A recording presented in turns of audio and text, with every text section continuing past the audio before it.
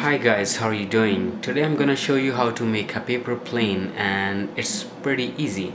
So what you have to do is you have to just match both of these two corners in the middle here, and once you match them, then you press it from both the sides, and once that's done, and then you fold it downwards.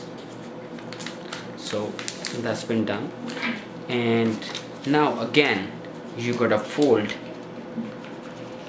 just like this from this side, and just like this from this side.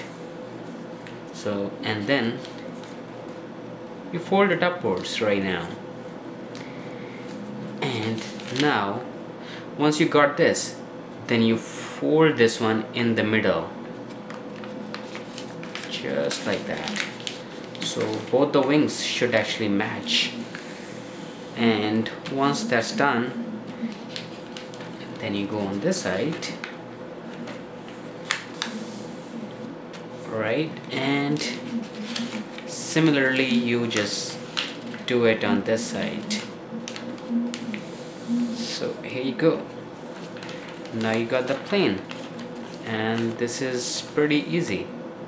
Thank you so much for watching.